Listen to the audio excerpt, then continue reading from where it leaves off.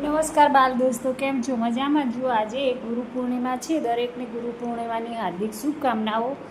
આજે ગુરુ પૂર્ણિમાના દિવસે હું તમને એક સત્ય હકીકત કહેવા માગું છું.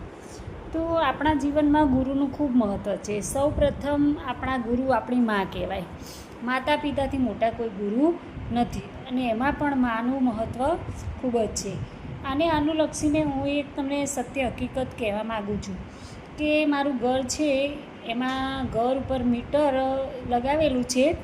એ મીટર ઉપર એક વખતે હોલી અને હોલો બંને માળો બનાવી રહ્યા હતા. થોડા દિવસ 2-4 દિવસ એમને સળેકડાને એવું ભેગું કરી અને માળો બનાવ્યો. પક્ષીઓ માળો પોતાના બચ્ચાને જન્મ આપવા માટે બનાવતા હોય છે. તો બંને પક્ષીઓએ સરસ મજાનો માળો બનાવ્યો અને હોલીએ સરસ મજાના 2 ઈંડા મૂક્યા. ઈંડા મૂક્યા પછી હોલી સતત 25 દિવસ સુધી એની ઉપર બેસી રહી. મને એમ કે 2-4 દિવસમાં બચ્ચા આવી જશે, પણ 25 દિવસ લાગ્યા.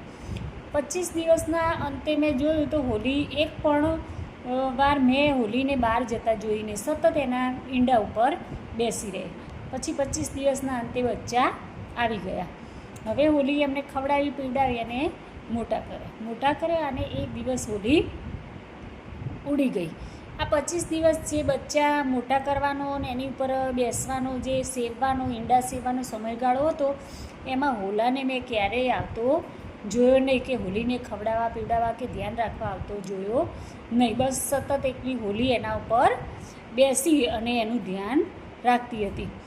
પછી બચ્ચા મોટા થયા એટલે હોલી એક દિવસ ઉડી ગઈ. એટલે મને ચિંતા થઈ કે આ હોલી ક્યાં ગઈ હશે. એટલે મને એમ કે કોઈ બિલાડીએ એને મારી નાખી હશે કે શું. પછી 2 દિવસ થયા એટલે બચ્ચા ઉડી ગયા, મોટા થઈ ગયેલા હતા. એટલે પછી હોલો અને હોલી આવ્યા. કદાચ એ હોલી હશે કે બીજી, મને કોઈ ખબર નથી. પણ આના ઉપરથી મને એ લાગે છે કે મા તે મા, બીજા બધા વગડાના વા. માટે જ કહ્યું છે કે માથી મોટો કોઈ ગુરુ નથી.